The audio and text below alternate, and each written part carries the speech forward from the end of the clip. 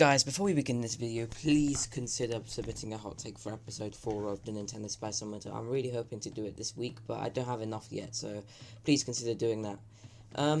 So, Donkey Kong Country Returns, the game that just refuses to die. I'd probably call it the final boss of coming back again and again, if it wasn't for Mario Circuit 3 existing. The original game was a great return to form for the Donkey Kong series, with exciting levels, an iconic world, and a funny story. It was remade in the form of Returns 3D on the 3DS with extra levels and additional content, and over a decade later, it was remade yet again towards the very end of the Switch 1 lifecycle in Donkey Kong Country Returns HD. It's the same beloved game, with the same beloved extra content from Donkey Kong Country Returns 3D, and obviously, it's in HD now.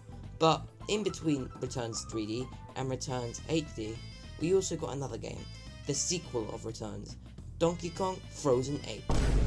Actually, it's called Tropical Freeze. I just want to call it Frozen 8, okay? It just sounds cool. Jokes aside, Tropical Freeze, released in 2014, was a dynamic sequel with improved visuals, levels, mechanics, music, and boss fights. And it just so happens that this game also got a Switch port, which came out in 2018. Now, I'm actually going to do something unusual for a comparison video, and tell you right off the bat that, yeah, Tropical Freeze is better. But there's other questions I'll be answering in this video. Just how much better is Tropical Freeze? What could they have done with, or instead of, Returns HD? And what should Nintendo do with Donkey Kong next? Well, first, let's start by answering the first question, but in order to answer it, we have to look at both games in detail, looking at what they did right and what they could have done better. So, Donkey Kong Country Returns HD, a 2025 remake that still absolutely holds up, but doesn't feel anywhere near as good as it did in 2010 or 2012. But why is that? Well, I wouldn't say it's the game's fault. I would say there's 3 key factors that are to blame: time, remake quality, and Tropical Freeze. It's been 15 years since this game released.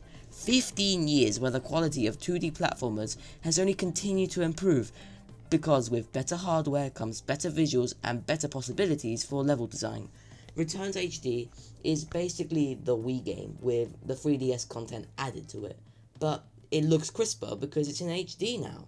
No visual improvement, no level design tweaks, and no added content on top of that. And, I mean, that's okay. It's what was expected, but it's really not an impressive remake at all. If you have a Wii or a 3DS with a copy of Returns, it's not worth buying the Switch version, because it's exactly the same thing. But if you never played Returns or Tropical Freeze before, then I'd say it's worth roughly £50. It's roughly worth getting it if you're willing to spend the £50 on it, which is roughly $60 if you live in the land of calling a pavement a sidewalk. Yeah, the game's a bit too pricey. I think Nintendo still believe HD is a selling point, even now in 2025 when 4K has become the standard. Come on, Nintendo. We were able to watch YouTube videos in HD 7 years ago.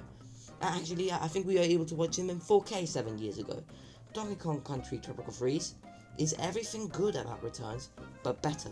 The visuals are nicer, the levels are way more dynamic, the soundtrack is amazing, the boss fights are more intense, and the story is cooler in every way. I love the variation of enemies in this game, as well as the fact that they got rid of that stupid blowing gimmick.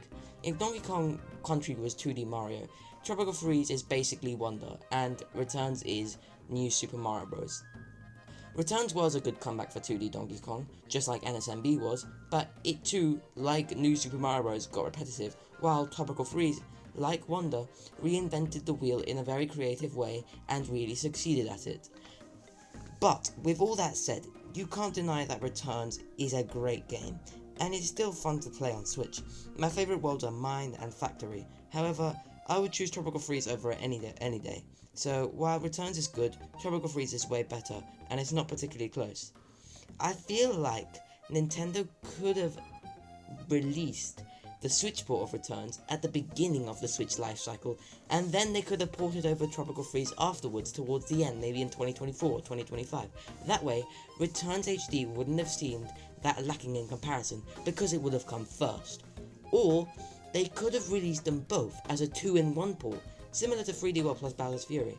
A game with that much content would definitely be worth the price, and maybe they could do like some content that change the games to like integrate them both into each other. I feel like Nintendo didn't take a lot of great opportunities with Returns HD.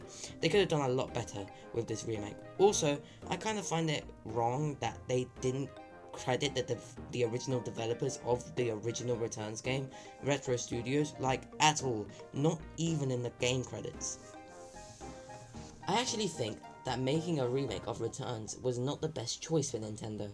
While it's cool that we can actually play every single Donkey Kong game, including the classics, on the Switch, the community kinda just wanted a new game after an entire decade of nothing when it comes to the DK franchise. That new game is probably coming soon too on the Switch too, with the new design of DK unveiled in the Mario Kart 9 teaser and a new DK ride opening in Super Nintendo World. I think it's safe to say a new Donkey Kong is on the horizon. I think it'll be a 3D game with different mechanics to the new 3D Mario that's also surely coming too. My prediction is that they'll take a 3D World style platformer approach with it, a Donkey Kong 3D Country that brings Donkey Kong Country into the third dimension. I'm also confident that this game's going to come either this year or next year. It would be a great title for the first years of the Switch 2 lifecycle, and I don't think they'd waste the opportunity by releasing it at the end. Anyway guys, thanks for watching this video. If you enjoyed it, please consider subscribing. Also, I'm hoping to do episode 4, as I said at the beginning of the video, of the Nintendo Spiceometer sometime next week, but I don't actually have enough hot takes yet. So, if you have a hot take on anything related to Nintendo, please comment it down below in the video comments, or on the server, which I'll link in the video description below. Anyway, I'll see you guys in the next video.